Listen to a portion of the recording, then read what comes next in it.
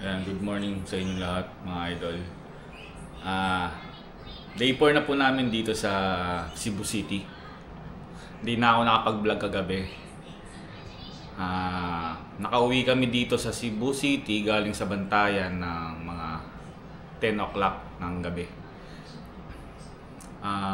Meron kaming na-book na hotel sa Cebu City. Hindi ko na ipapangalan kung anong hotel yon. Nung pumasok kami dun sa hotel, hindi ko alam na yung pala yun yung nabook namin.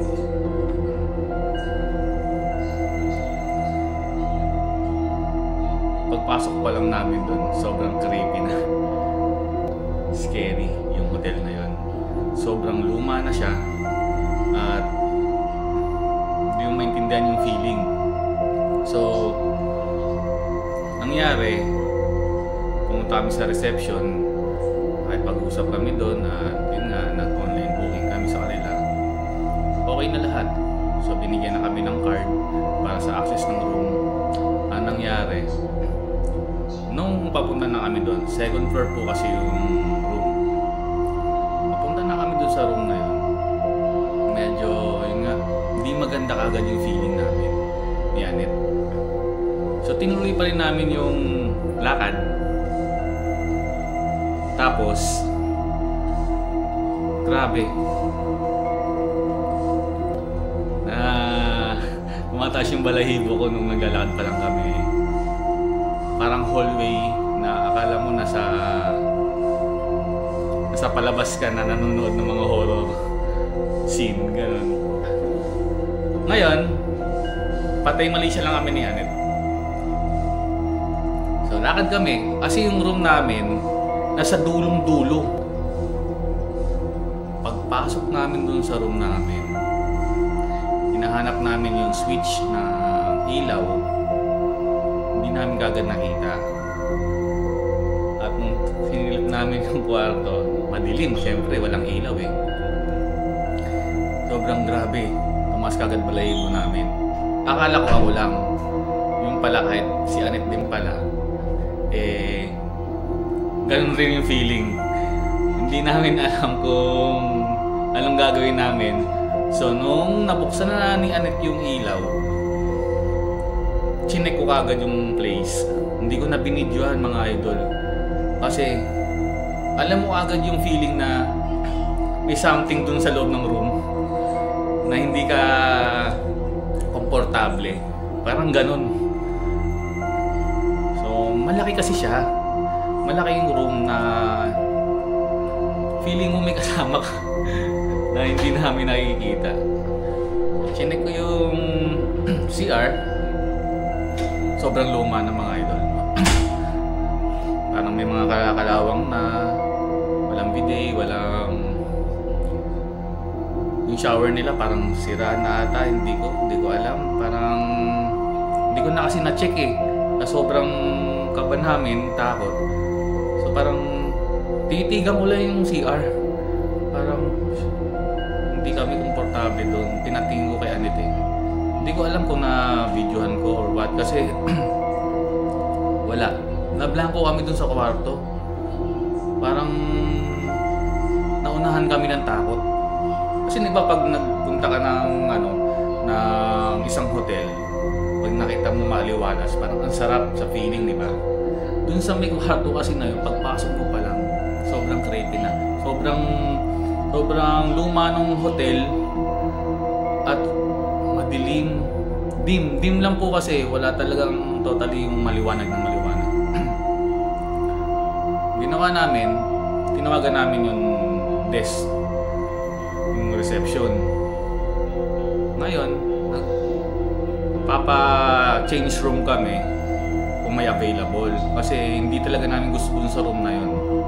Talagang sobrang nakakatakot. Kaya, tinawagan ko. At yun ang sabi sa amin ng reception na wala na daw available, kundi yun lang na room na yun. So, nag-decide kami ni Anet na umalis. Nakapag-book na kami doon, bayad na. Pero hindi namin tinulugan dahil iba yung feeling. Kaya naghanap kami ng hotel. Hindi na ako nakapag-vlog mga idol kasi grabe yung feeling namin dalawa. Lumabas kami ng hotel na kinakabahan. Nagmamadaling lumabas kasi sobrang nakakatakot talaga. As in parang kami lang yung tao dun sa lugar. Na anytime parang merong tumitingin sa'yo, may biglang gugulat sa'yo. Ganon. So nag-decide kami maghanap ng hotel. Naglakad-lakad muna kami dito sa Cebu City. Medyo malayo nilakad namin. Meron kami nakikitang hotel pero not available na. Kaya medyo nahirapan kami. So nag-decide kami ni Anet na bumalik dito sa Kiwi Hotel. Sa Tudtud City. Or basta street. Ganon. Bumalik kami dito kasi dito yung una naming chinek-in na hotel. So sabi ko, balik tayo doon. Doon na lang tayo para at least makatulog tayo na maayos at makapagpahinga. So nakarating kami dito sa, ito na po yun. Nakarating kami dito sa room mga mag-alas 12 na ng gabi. Ayun. Hanggang dito sa room na yon, pinag-uusapan namin ni Anet. Binabasa namin yung review ng hotel na yon. Na hindi lang pala kami yung nakaranas nun. Bali, marami rin nag-comment na yun nga, nakatulad ng ginawa tulad nung nangyari sa amin na unang bungad mo palang ganun na kagad. Sobrang luma ng hotel na yon, ng room. Medyo hindi na maganda talaga. Ang hirap niyang tulugan.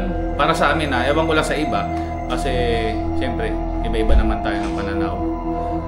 Sa amin ganun kasi siyempre nag-expect kami na maganda yung hotel dahil kilala yung hotel na to.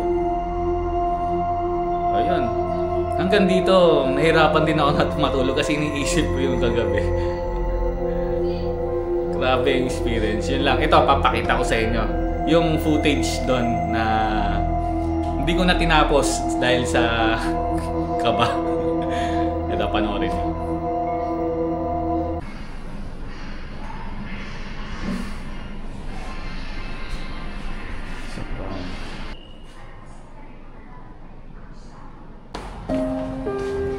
Elevator. Ayan, nandito tayo ng sa naman. Yes.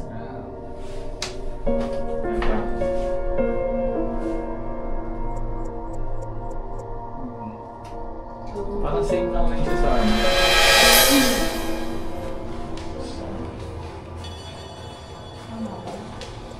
Ito, room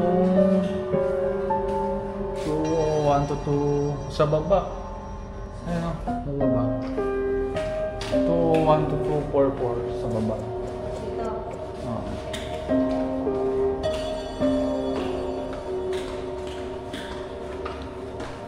$212. Ay, grabe dito. Ang lawak.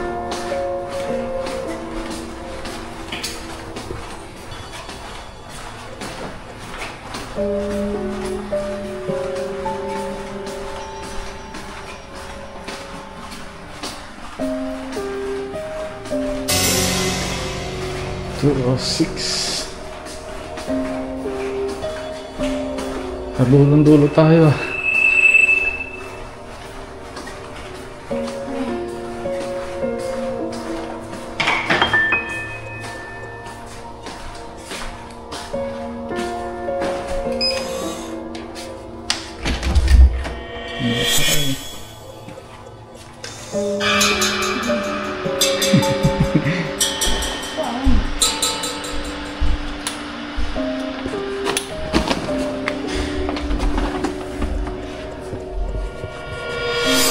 Sasaksakan. Doon nata. Saan? Teka lang, buksan mo yung ilaw. Walang ilaw eh.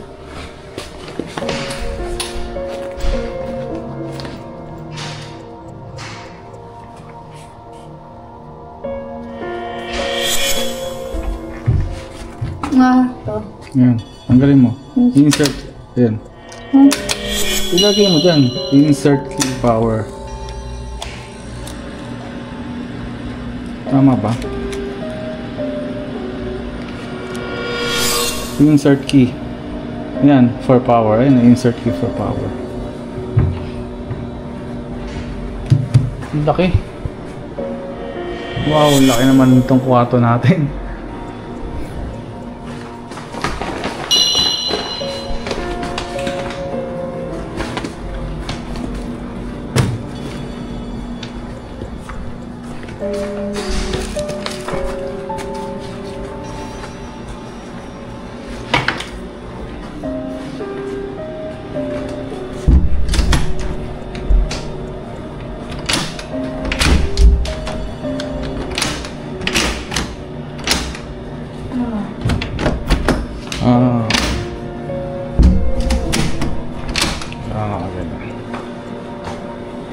Pangatlong hotel. Ang laki.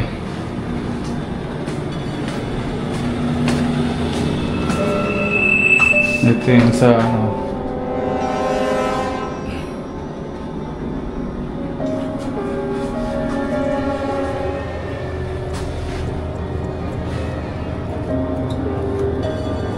Hindi ko magano yung ano. Ay, dito. Magana naman kaya ng luman-luman. Ano no? Luman-luman to. Hot water. Wala ata. Dito. Sa... Wala. Wala eh. Ba't luman-luma na may binigay sa atin? Pwede tayo mag-change ng ano, room. Sabihan mo nga.